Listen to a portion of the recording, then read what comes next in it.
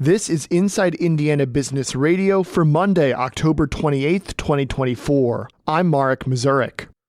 Warsaw Chemical is adding to its portfolio as the company continues growth efforts in Northeast Indiana. The company manufactures cleaning and sanitizing products. It has now acquired the Magic Finish premium car care brand of car wash chemicals and auto detail products from Colmac Industries, headquartered in Wayne, Michigan. Financial terms of the acquisition were not disclosed. As part of the deal, Warsaw Chemical has hired 3 Colmac employees with plans to add up to 5 production and shipping positions. A spokesperson for Warsaw Chemical said the company is moving all Magic Finish production to Warsaw. The company currently employs about 70 people in Northeast Indiana.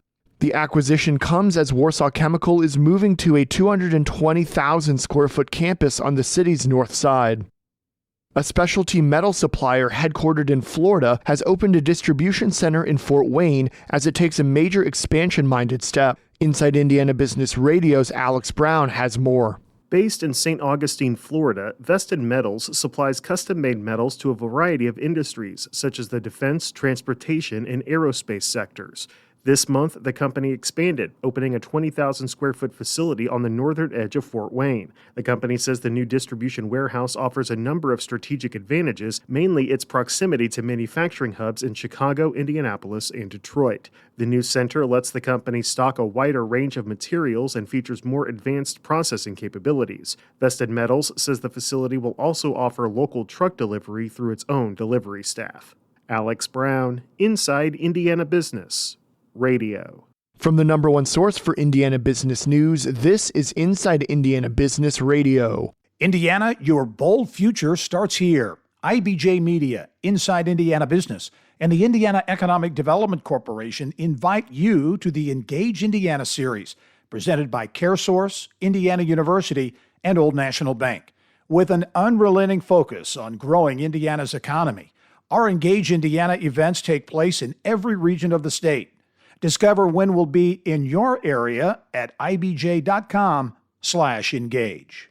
When a life is on the line in the back of an ambulance, first responders are supposed to have the best tools available to give every patient a fighting chance.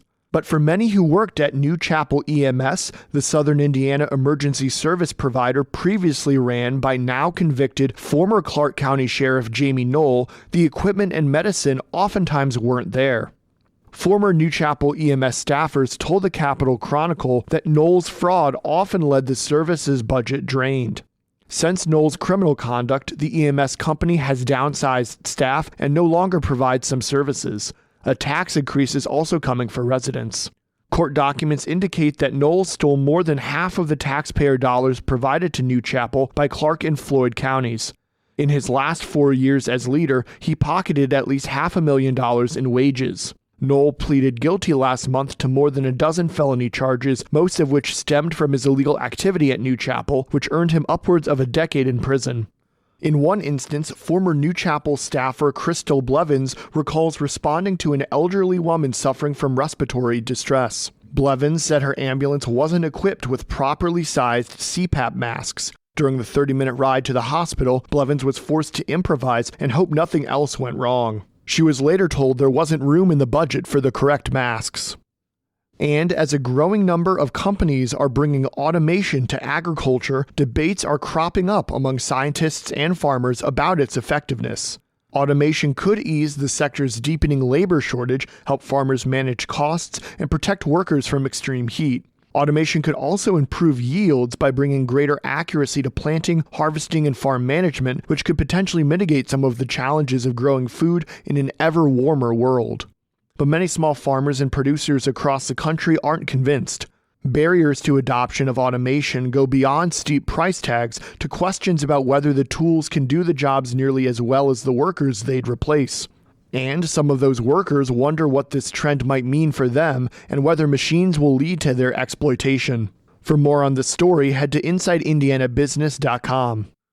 Pro volleyball is coming to Indianapolis with the team Indy Ignite. Ignite President and General Manager M.K. Hughes is this week's guest on the Business and Beyond podcast, hosted by Gary Dick, presented by PNC. a weekly conversation with high-profile Hoosiers in business, sports, entertainment, and beyond. Available now from your favorite podcast provider. I'm Mark Mazurek for Inside Indiana Business Radio on Demand.